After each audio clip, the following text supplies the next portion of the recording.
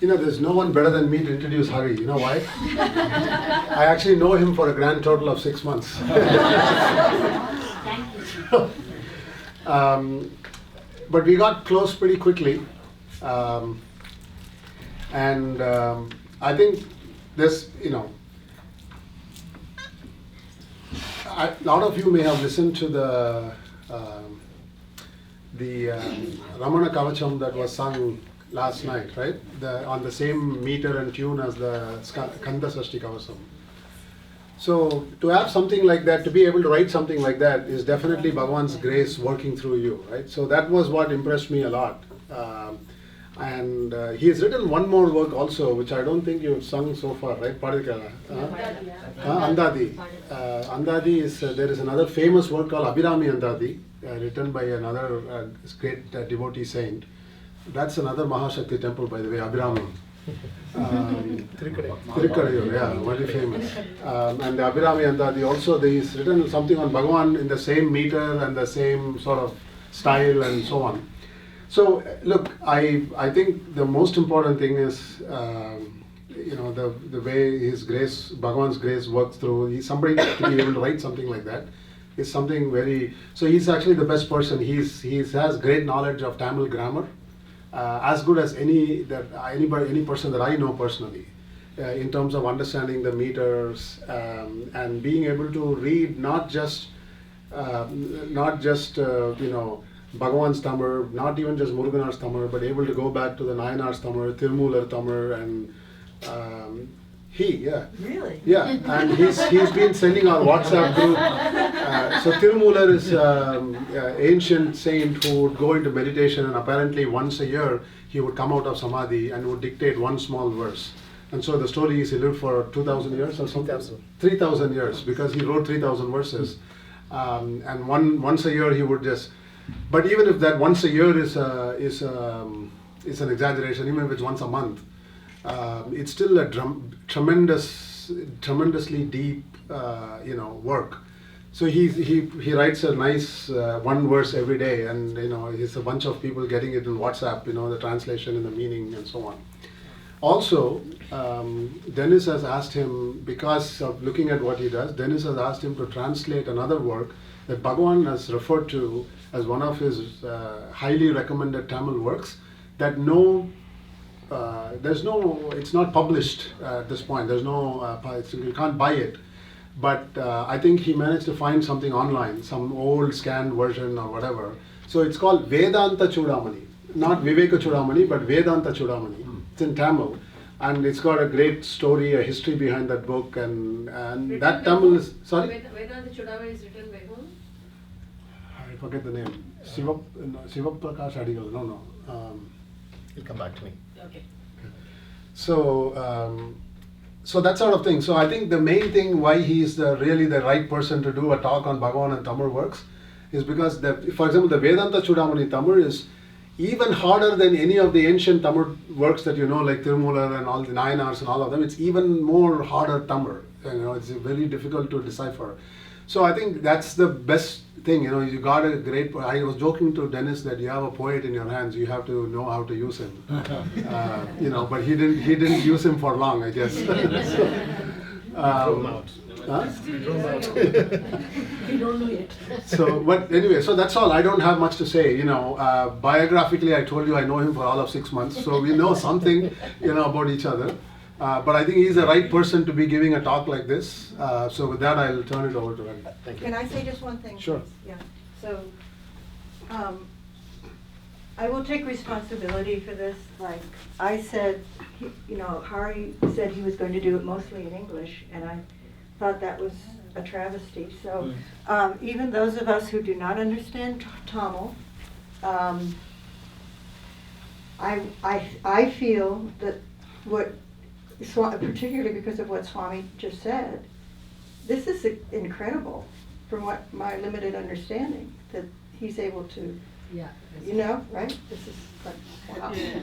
So we need, I'm just going to sit in the bhav of the Tamil, in the presence of it,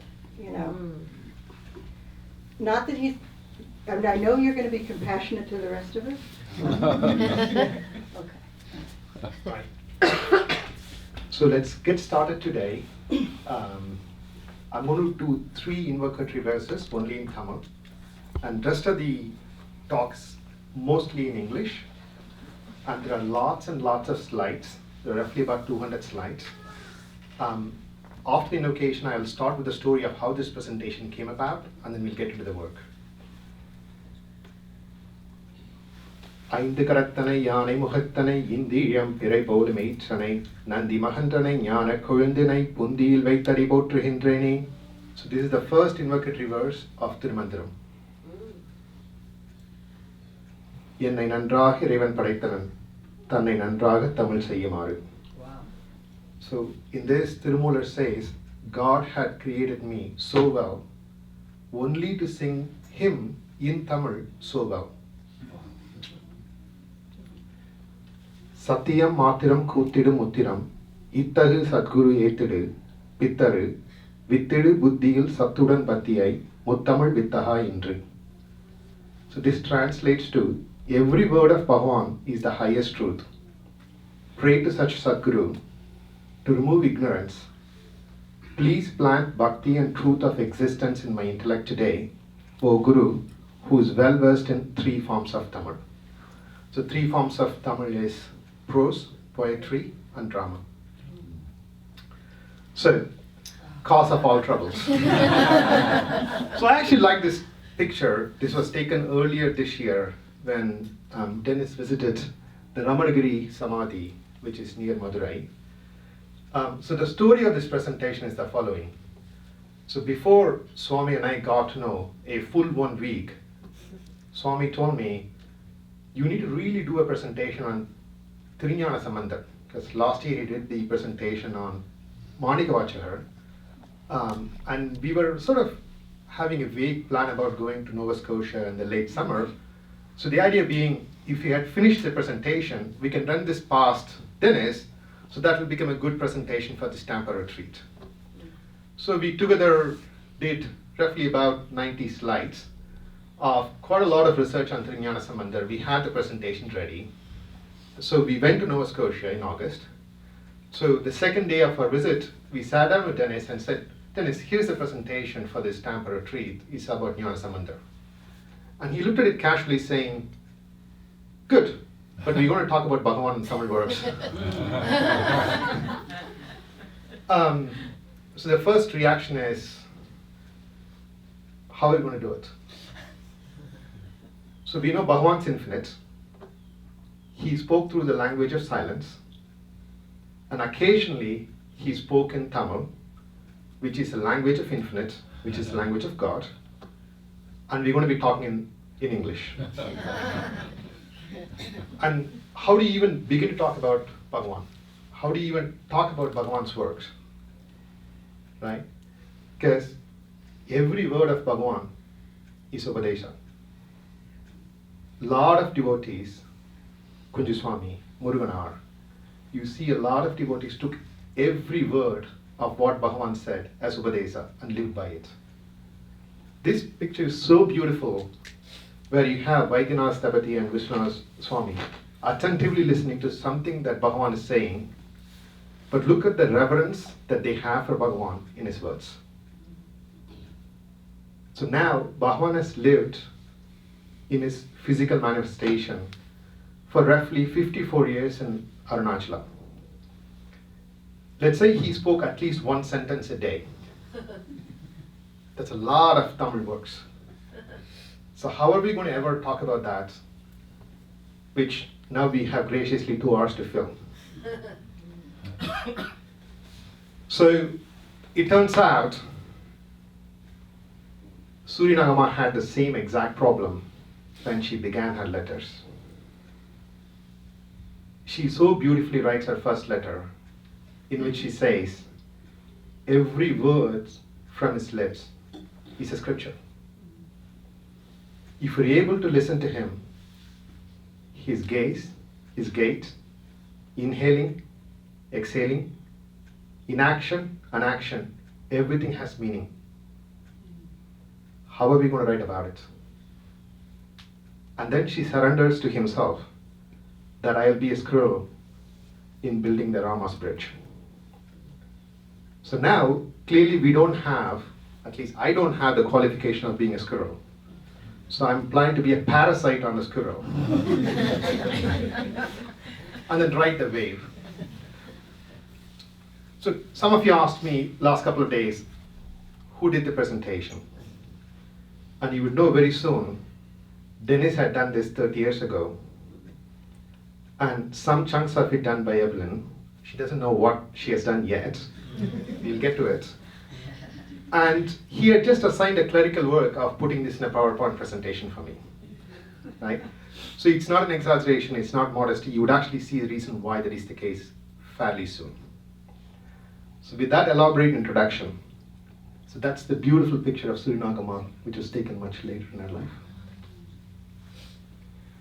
So today, we're going to restrict only for the written works of Bhagavan. Only works done in Tamil first. So if there are translated works, like Viveka Chudamani or Bhagavad Gita, we wouldn't cover today. It doesn't matter if it's prose or poetry, we would cover both of them.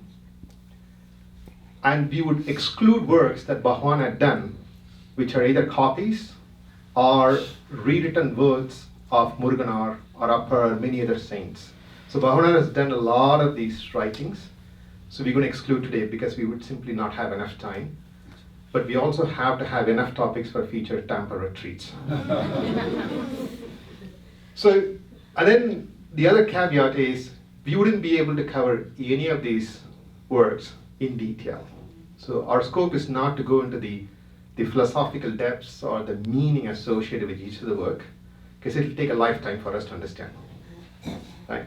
So the scope of today is how the work came about, what are those beautiful facts that surround that work, because most of Bhagavan's work happened to weave into the lives that were led in that time around his devotees. So talking about Bhagavan's work is talking about devotees, talking about Bhagavan, talking about his teaching. That's what we're going to do today. Hopefully that was the longest time I've spoken. Most of this presentation I would like it to be interactive, because there's quite a lot of work that you are familiar with, and hope is that we would explore this together in the next hour and a half. So with that, there's a mic there, and Swami and Arpan, you can't answer this question. Do you have a sense of what's the first written work by Bhagavan? You can't answer that question. I got that. This is What's that? Same Is it? The letter to his Brother. The letter was written on, We didn't hear that. that's the first letter he wrote Yes. on August 29th of 1896, roughly 12 p.m. or 11:55 p.m., right before he exited the home. So there's a beautiful history behind this letter.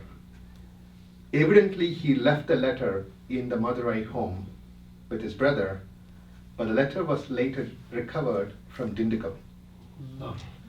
So it isn't clear how it arrived to Dindigul from Madurai.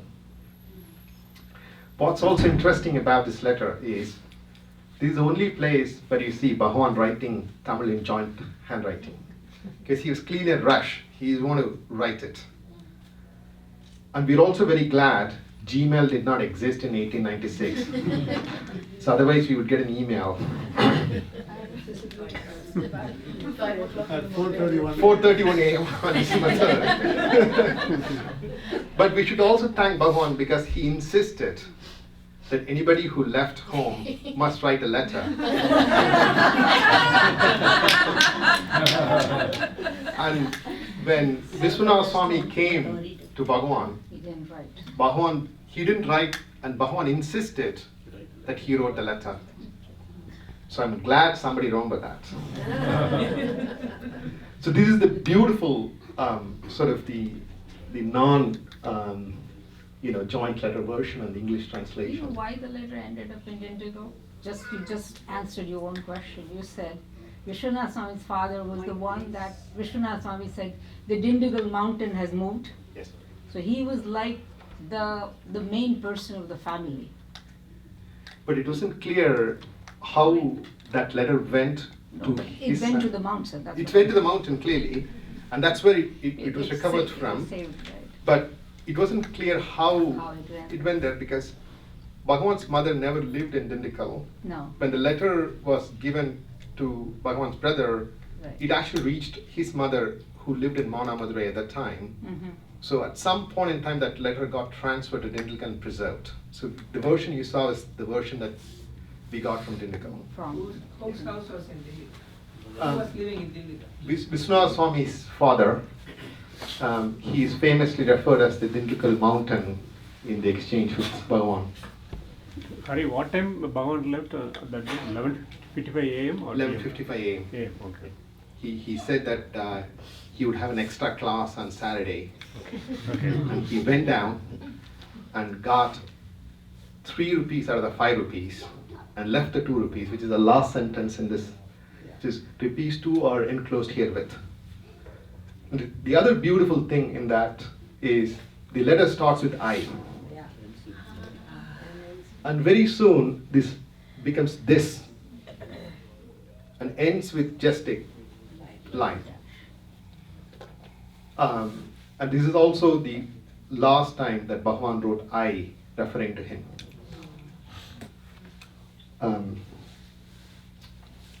Okay. Any thoughts on this?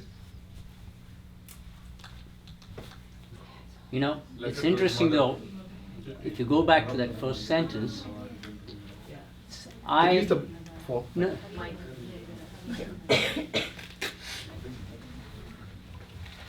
so there is, he does have a duality there. It's I and my father, Yeah. you know, and the rest of the sentence there's no duality. You know, it's only embarking on a virtuous Yes. enterprise. But there is another entity, I and my father there. You know, That's the first thing. The very first time when he used I in Yep. the sentence, it was duality. The very next sentence, the duality left. Exactly. And then even the non-duality left with a simple dash. Yep, Right? There's just nothing else at that point in time. that's right. This is one of those sort of 4 sentences you could read and read and read again and again. There are so many deeper meanings buried. It's just like, each sentence, this goes back to what Suryanagama had written. Every word out of a Mahatma and a Jnani ends up being like a Upadesa. And this is a perfect example. So, any guesses on this? Is that the Ganesha study? No, he said No. no. but his uncle I'm not allowed to answer. You're not allowed to answer. Swami and No, no. When No, you- but when- his uncle when- came to see him. Yeah. The Can uncle, you use the phone? Mike. Nellayapayar came to see him. I think he sends a note. That's No. still later. Much But later. Nellayappa sends a note, right? Right. Nellayappa- No, Bhagavan I'm didn't- thinking if Bhagavan wrote anything in response. Bhagavan didn't write anything in response. He just noted his. But at the age 18, he wrote that Nanya, right? Who am I? That came much later. Oh, much later. Okay. To his mother. Nadapadu nadadeti mom. What's that? Nadapadu nadadeti iru nadavadadenu. Much later. He's saying when his Which one? mother came to visit? Mom, that's also later. No, I thought. Maybe at that time when somebody was asking who are you, they had to send some message. Exactly. At that time he wrote his His name, your name, okay. So that's the third one. The second one is actually, so this is a beautiful story. So Bhagavan lived around the premises of the beautiful temple that we saw for yesterday. And then he goes to Gurumurtam temple. And there Palaniswami becomes his first attendant. And Annamalai Thambiran is one of the local devotees who convinces Palaniswami to come and serve Bhagavan. And Bhagavan is continuously in the bliss and the ecstatic samadhi state throughout the time he lived in Gurumurtam. And he used to take only 1 cup of meal midday, and that's all he ate. And he became so thin during that time. And Palaniswami used to go and get food from the local temples to feed Bhagavan and to feed himself. And any sort of passerbys who would come in would take that as like prasad. So first few days he did that, and then he began to realize that he's living with a jnani. And what do you do to a jnani? You do puja. So he started putting flowers and started doing camphor arati to Bhagavan before the food was given to Bhagavan. So he did this for a few days, and then one fine day when he walked in, he saw something written on the wall in a charcoal, in the Gurumurtham wall, that said, "Idarku tondu iduve." For this service is enough. And Bhagavan pointed the food. So he essentially asked Paniswami to stop all the pujas and camphor arati. This is also Bhagavan's second written work. It fits in the definition of what did Bhagavan write. So this is the second written work by Bhagavan. What is the timeline for this? This must be roughly about 9 months to 12 months after he had come to So 1997. 1897.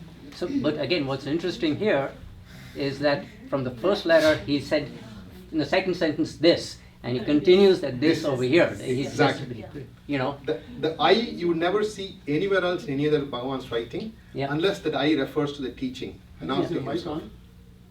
Can you hear me? So I is no longer referring to him Yeah. in a very personal way. It becomes an impersonal reference from the first letter onwards. Yeah.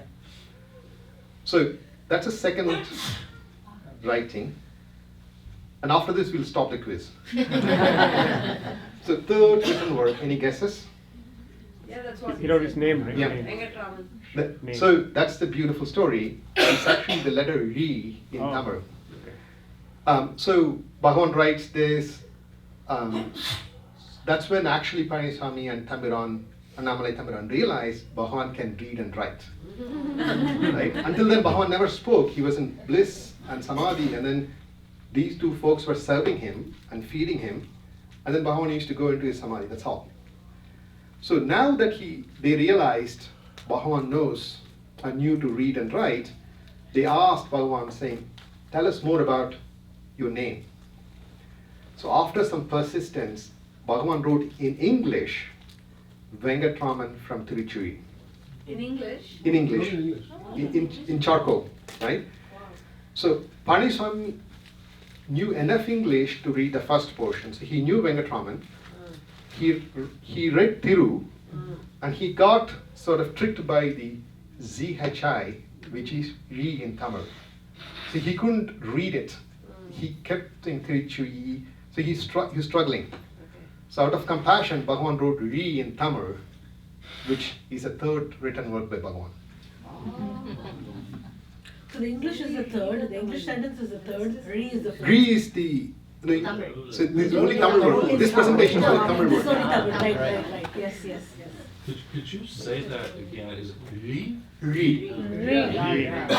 Roll your tongue. Yes. Roll your tongue and say, yeah. Yeah. Re. I have a hard time with that one. Yes. So that's He says Shah, right? It's not Re. Roll your tongue, it will come. this. Try to do like this. All right. Welcome to our world. That's the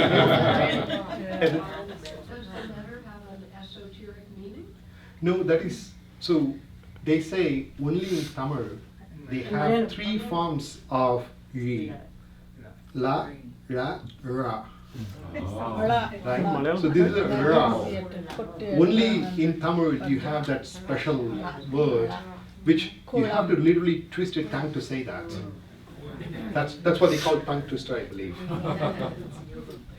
So that's a beautiful picture of Paniswami taken around 1910 or 12. We don't know the date of this picture. And we should be thankful to Paniswami because he preserved Bhagavan during the days and fed food for him nearly about 4 years, so that we could gain just of this presentation and all the works that we've bequeathed from Bhagavan. And he was quite an old man at this point. Yeah, that's what Yes. I was thinking. He must be in his He himself is old. 50s at this. When he met Bhagavan, he must be in 50s. When he passed away, he must have been around 70s. I think he passed away around 1916 or 17, if I'm not mistaken. So the next written work is the letter handwritten note to Bhagavan's mother. So this is few years later. Bhagavan's mother, Arunachala, realizes her son's in Tiruvannamalai, so she comes to visit him, and she stays in somebody's house locally in Tiruvannamalai and visits Bhagavan every day, and pretty much cries every day to convince him to come home. Bhagavan remains unmoved, and he just doesn't respond at all. And then there is a gentleman by name Pachayappa Pillai who was alongside with Arunachala on this day, where seeing mother crying continuously, he pleads to Bhagavan, Bhagavan, at least why don't you write down a note to your mother? And this is yet another Upanishadic saying, like, this is just universally applicable to anything that we do. It's literally like you can say like a Bible quote or a Upanishad saying. So I'm going to read this Tamil and English, and beauty about this Tamil is this is almost poetic. Although Bhagavan did not intend this to be a poetic language, if you read it, it actually follows a poetic meter. You could simply make a poem out of it, it'll be a poem. So it reads this. Avaravar prabhapta prakaram adarkanavan aangangu irundaattu vippan. Endrum nadavadadu en muyarchi nikkinum nadavadu. Nadappadu en tadai seyinum nilladu. Iduve thinnam. Agalin maunamai irukkai nandru. So the translation is, the ordainer controls the fate of the souls in accordance with their past deeds, their prabhapta karma. Whatever is destined not to happen will not happen. Try how hard you may. Whatever is destined to happen will happen. Do what you may to stop it. This is certain. The best course, therefore, is for one to be silent. But we will continue to talk. So I thought this is like, of all of the sort of writings that had happened throughout Bhagavan's physical life, this seminal work pretty much summarizes his entire teaching, in a very succinct form, which brings in the Karma Yoga, the Jnana Yoga and Bhakti Yoga, and the idea of surrender very succinctly, without using any flowery language or Vedantic language. It's a very practical advice, as both as a followership as well as a philosophy.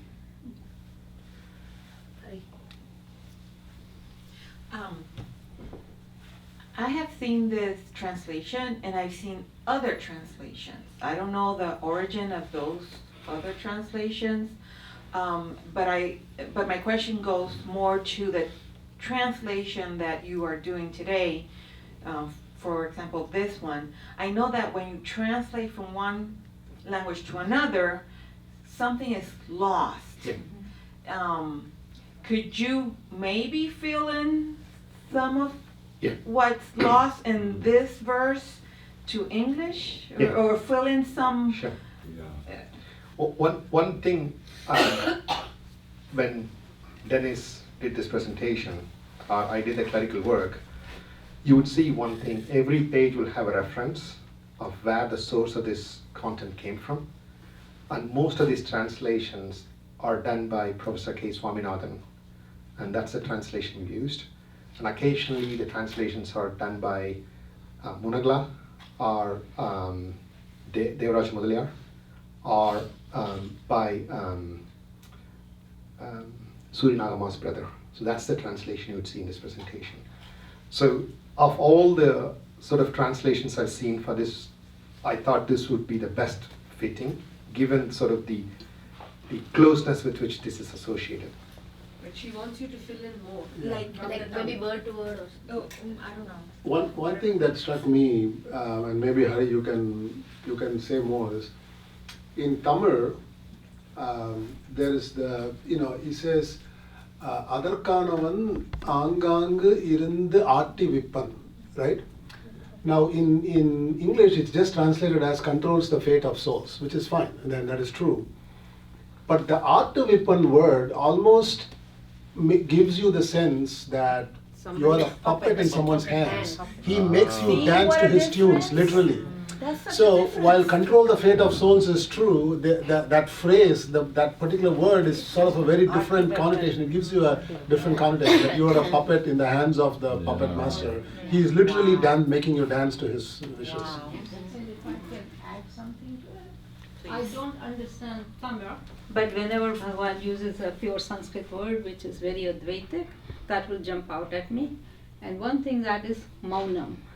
Maunam, if you read it as silence, and with a Western mind, you think silence is of the speech, silence is of the thought. Maunam in the Vedantic teaching is that going so deep within that heart cave that there is not even an echo there. Mm-hmm. It is that silence is called Maunam.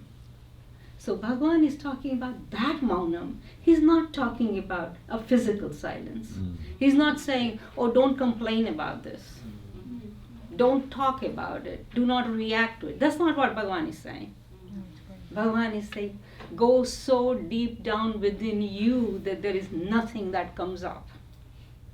That is the Maunam Bhagavan is talking about. And Bhagavan has used that Maunam many, many times. And it always gets translated as silence. And that loses all the layers. That's a great explanation.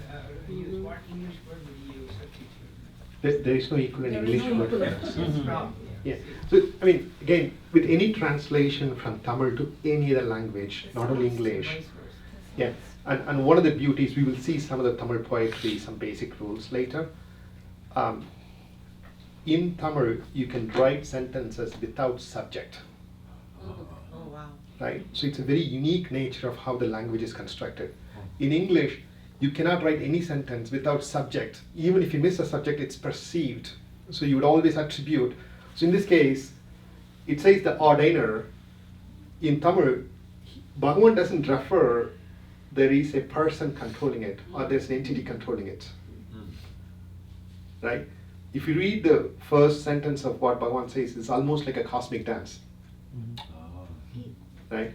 So if the translation, that's the problem with any translation, and to your point, it's an Tamil, like a bit of history, up until 150 years or 200 years ago, there was no concept of prose in Tamil. Tamil is called godly language because most of the written words were poetry.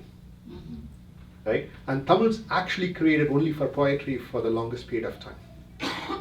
So even within Tamil, the idea of writing prose is a recent phenomenon. So that's why you see a lot of sort of struggle even translating the classical Tamil to the New Age Tamil, much less classical Tamil to New Age Tamil to a different language where the construct doesn't exist.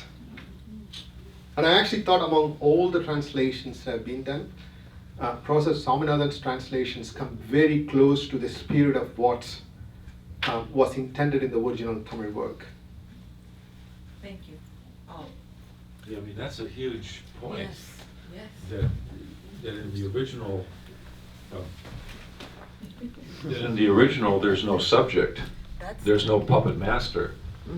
There's just this process of unfoldment, but with no active agent controlling it. I mean, that's a completely different thing than the translation is saying.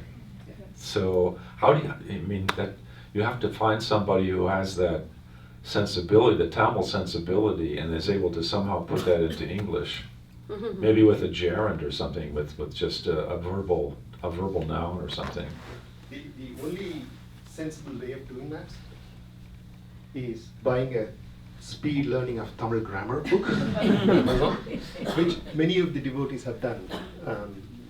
G.V. Subramanya is a great example, who learned Tamil just for appreciating Bhagavan's poetry.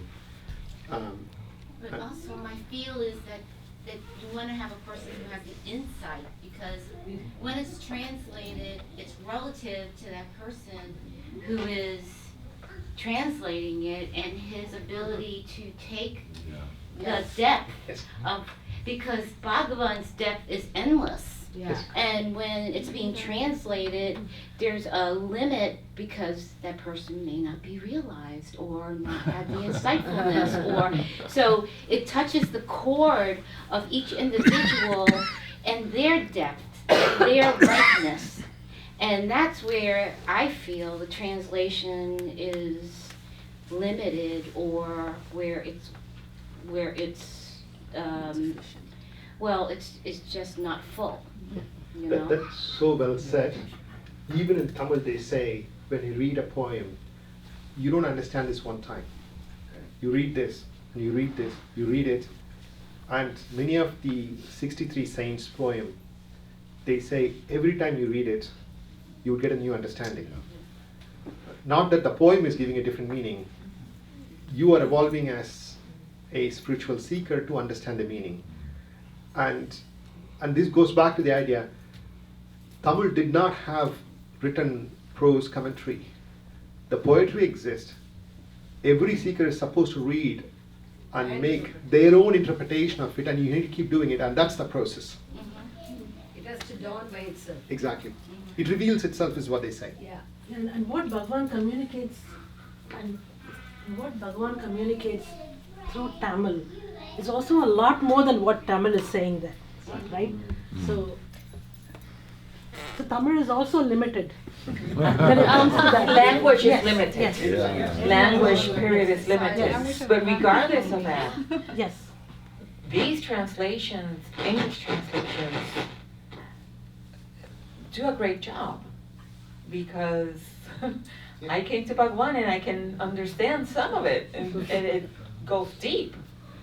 So The other comforting factor is some of the translations that happened during Bhagavan's time, Bhagavan actually corrected it.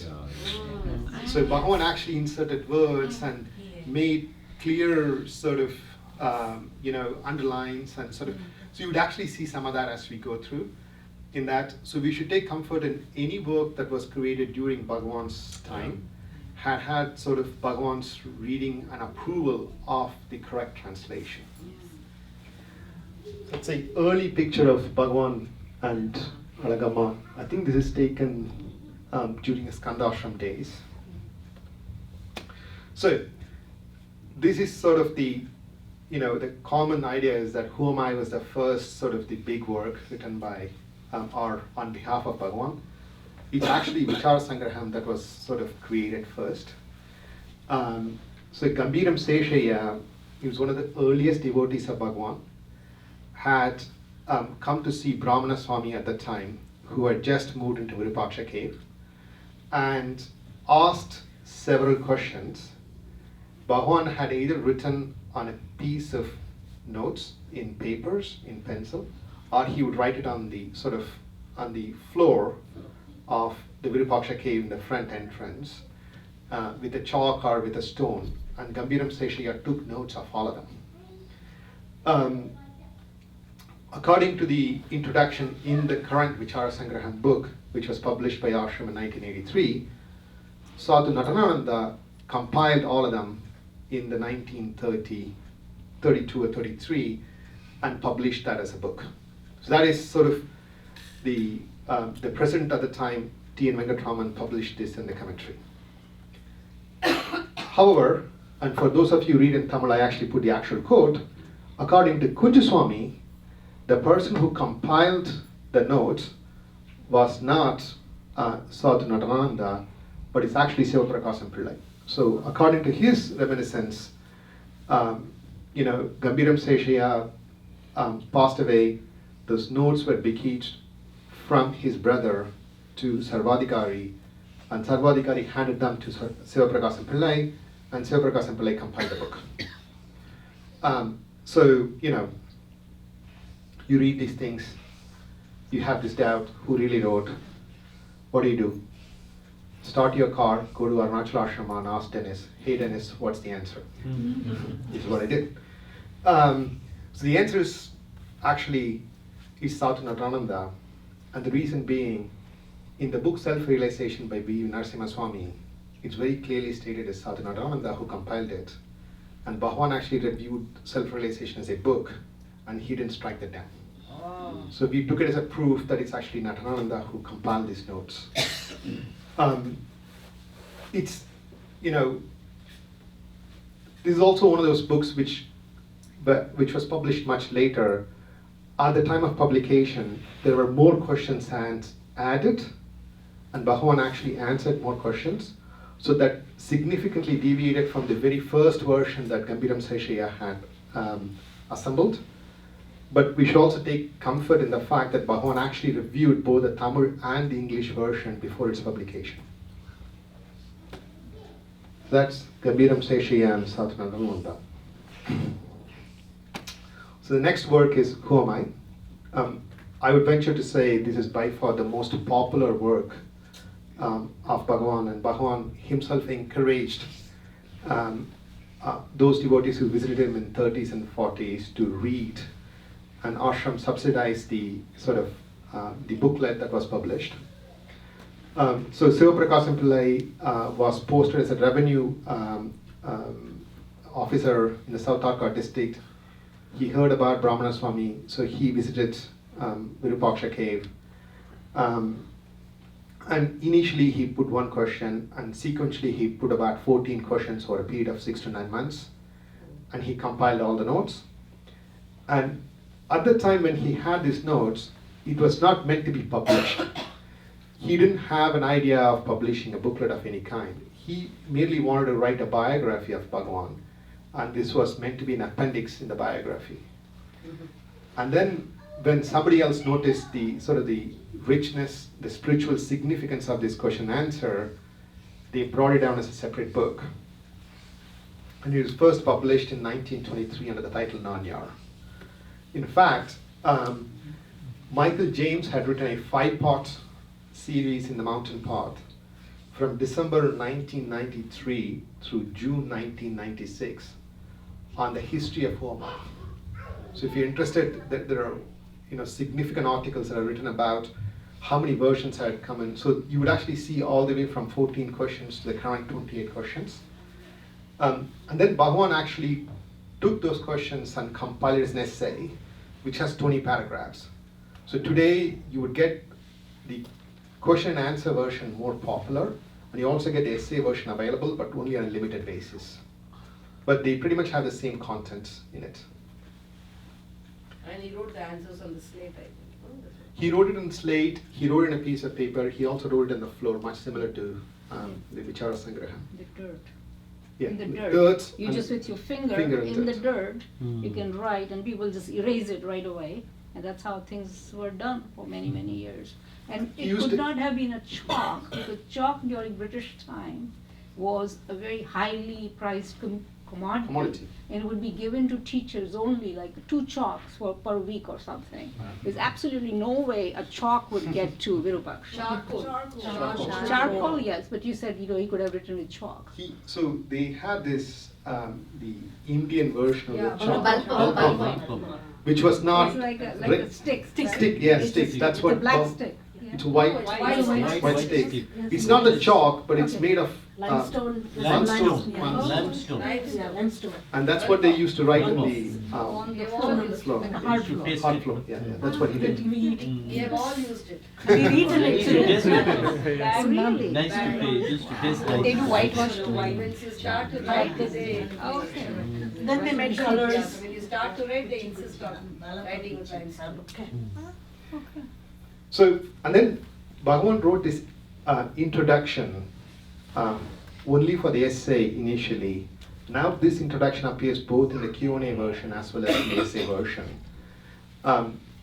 This introduction is so beautiful because, instead of sort of giving the who am I, sort of the technique and philosophy, Bhagavan sort of goes up from the top.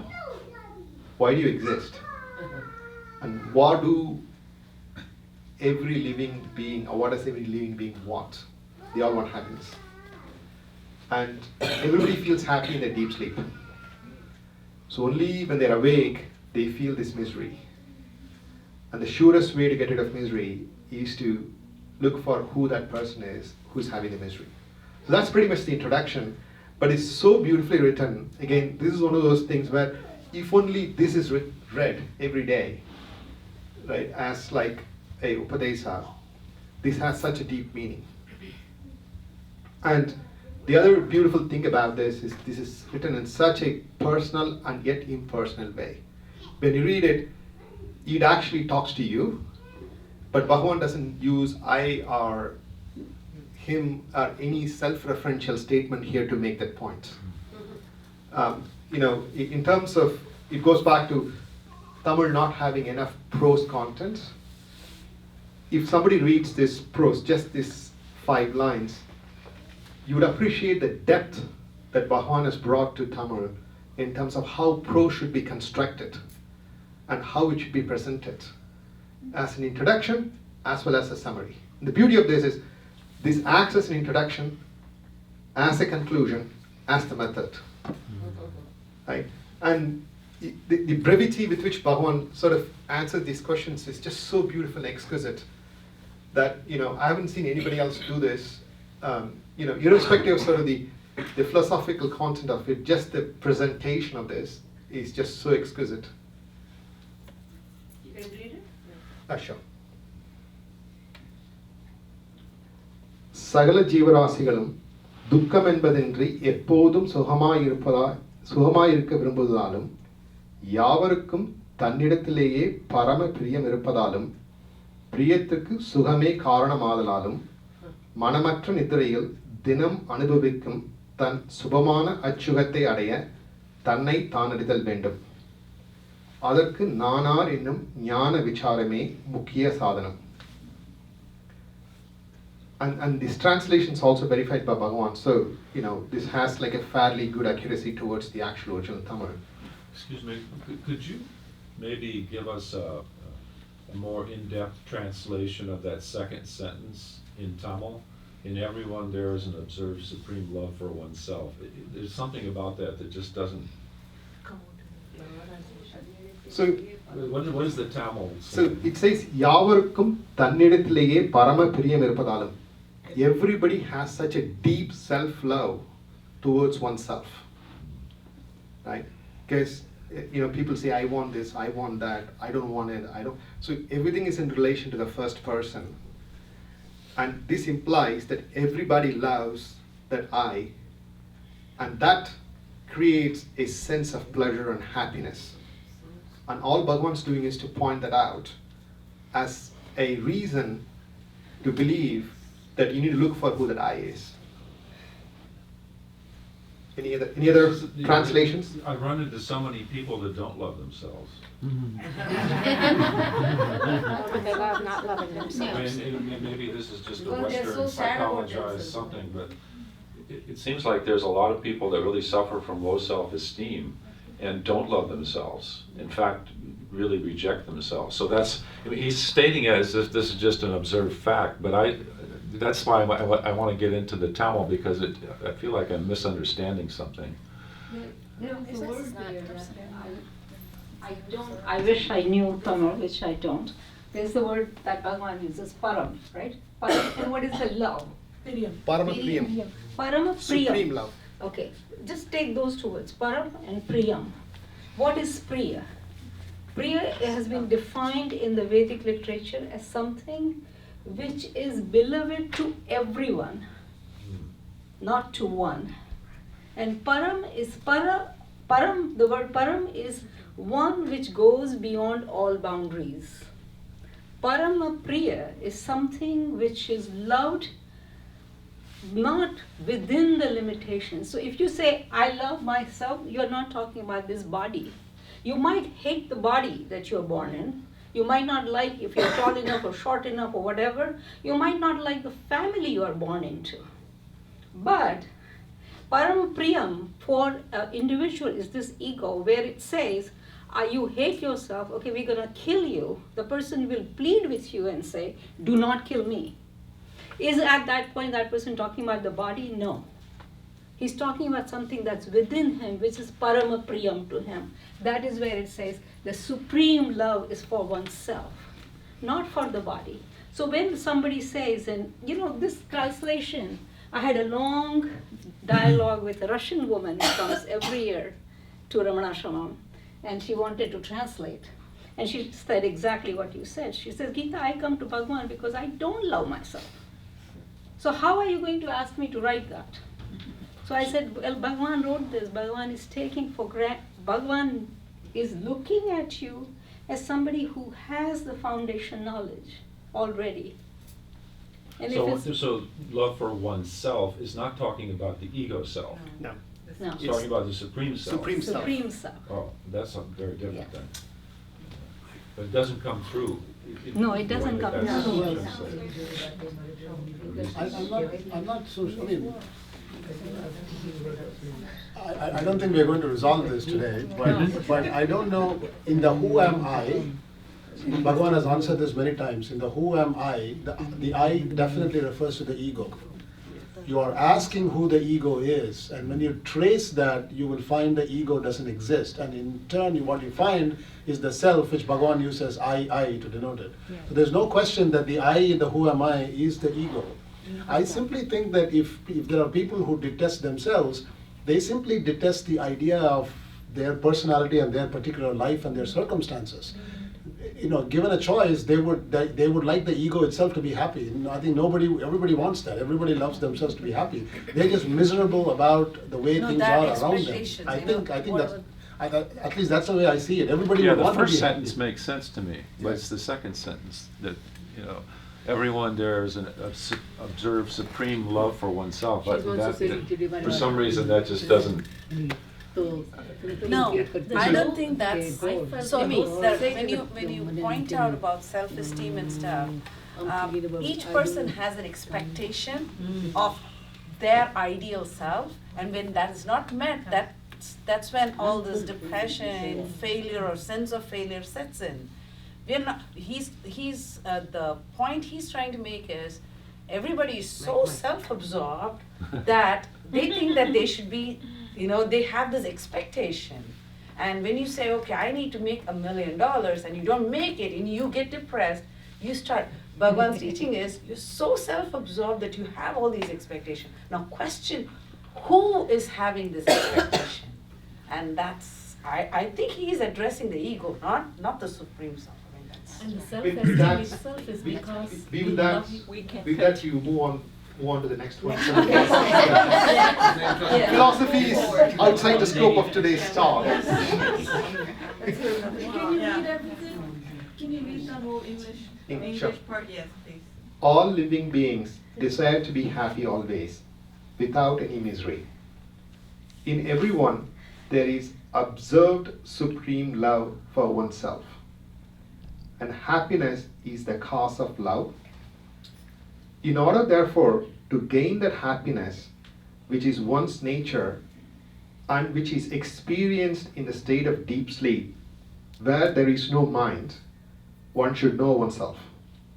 To achieve this, the path of knowledge, the inquiry in the form of who am I, is the principal means. It's actually interesting, one observation I had in this is, he doesn't say it is the only means, it is the principal means. It's a mukhya sadhanam, he says in Tamil. He says important or principle. In all honesty, many of his words have Sanskrit roots, even though they are written in Tamil. Yes. But Dukkam, Paramapriya, all those are Sanskrit roots. No, sorry. Yeah, there's a lot of Sanskrit in Tamil. Yeah, even though it's written in Tamil, Paramapriya, Dukkam, Sadhana, all those things, in my opinion, I'm not a scholar in Sanskrit or Tamil, but my understanding is that they're all Sanskrit roots. And the current Tamil scholars will not approve those as a true origin from Sandamal. They have replacement words for them. Yeah. But I'm glad that Bhagavan used those, because at that time that was the common way of writing it, and therefore it's a universal application to all the languages of India. No, that's a great point. One of the observations I would make is Tamil as a language and Sanskrit as a language both evolved over a period of time. There is nothing static about these two languages. There is often a philosophical word about who stole which word from which language, and it doesn't almost matter for two reasons. One, these languages end up being very dynamic, often borrowing and building on that, and you would see many words rooted in Tamil appearing in Sanskrit and vice versa. And second, in a different way, in a few minutes we're going to get into the Tamil grammar and how Tamil grammar is constructed, which will also explain why there are 108 names for every god. You have no choice but to use certain words in certain places because of the poetic rules that dictate the use of those words. So Tamil meter is such that you cannot use any arbitrary word anywhere you want. And this goes back to the fact that Tamil is a purely a poetic language. And the fact prose is written is purely incidental and only a very recent phenomenon. So the only reason I want to flash this is Bhagavan's beautiful handwriting of Nanar. One of the things you would see in some of the pictures of Bhagavan never had a desk and he never sat down. He always kept this paper on his lap, or he would lie down and hold the pen like this. And even if you don't understand Tamil, there are two things you would observe. Every letter is straight. There's no left or right. Everything is exactly straight. And everything is horizontally aligned so neatly that, I often wondered whether he used a rule book to write it, and he didn't. You can actually see so many of Bhagavan's writings where everything is it's almost like an art form, the way he wrote Tamil. And I've never seen anybody write so beautifully anywhere else, including the calligraphers couldn't write as beautifully as he did. Can you read that? Sure. So I think this is question number 12 in Nanyar, which is the crux of, when Bhagavan sort of talks about the Nanyar technique. Nanar ennum vicharanathalaye manamadangum. Nanar ennum ninevu மற்ற நினைவுகளை எல்லாம் ஒழித்து பிணம் சுடு தடி போல் முடிவில்லாமல் ஒழியும். பிற எண்ணங்கள் எழுந்தால் அவற்றை பூர்த்தி பண்ணுவதற்கு எத்தனையாமல் அவை யாருக்கு உண்டாயின என்று விசாரிக்க வேண்டும். எத்தனை எண்ணங்கள் எழினும் என்ன? ஜாக்கிரதையாய் ஒவ்வொரு எண்ணமும் கிளம்பும் போதே இது யாருக்கு உண்டாயிற்று என்று விசாரித்தால் எனக்கு என்று தோன்றும். நானார் என்று விசாரித்தால் மனம் தன் பிறப்பிடத்திற்கு திரும்பிவிடும். எழுந்த எண்ணமும் அடங்கிவிடும். இப்படி பழக பழக தன் பிறப்பிடத்தில் நிற்கும் சக்தி அதிகரிக்கின்றது. Then he goes on. So one point I was actually talking to Swami about it. The English translation doesn't have the same analogy. In here, Bhagavan uses the word pinam shudu tadipol. In English version, they say it's like a camphor burning. When the camphor is burned, the camphor is gone along with this. But that's not what he writes in Tamil. In Tamil, what he writes, it's very graphical. If you wouldn't mind, I will explain this. When a corpse is cremated, the person who is doing the sort of the cremation work uses a stick to dig and poke the corpse to be burning. Eventually, when the corpse is burnt, the stick will also burn, but only after the corpse burnt. Until then, the stick would be used very tactically not to have it burnt. So Bhagavan says, by constantly questioning who am I, initially all these thoughts will burn down. Eventually the questioner himself or the entity that's questioning will also burn like the stick. Exactly. The English translation doesn't. English translation uses the camphor analogy, which is equally good. But I thought this was beautiful because this is what Bhagavan wrote in his words. Alright. So that's the picture of Sivaprakasan Pillai. What's interesting about it is Sivaprakasan Pillai applies the vibhuti liberally through his body. That's because Bhagavan asked him to do. So he used to have like a small pouch and put vibhuti all over his body. And again, this is another devotee who took what Bhagavan said literally as Upadesa, and that's all he did. So this is around 1914. On the way from Tirumala, Mother Aragama came to live with Bhagavan in Virupaksha cave. And it appeared she had caught typhoid. And in those days there were no antibiotics, so there's no easy cure. And after about 3 weeks, her symptoms didn't seem to alleviate, and she was suffering a lot. So Bhagavan wrote 4 Venbas to Arunachala. This is another set of poems where there is a superficial meaning. Yeah, I'll come there. One second. So he wrote 4 of those verses.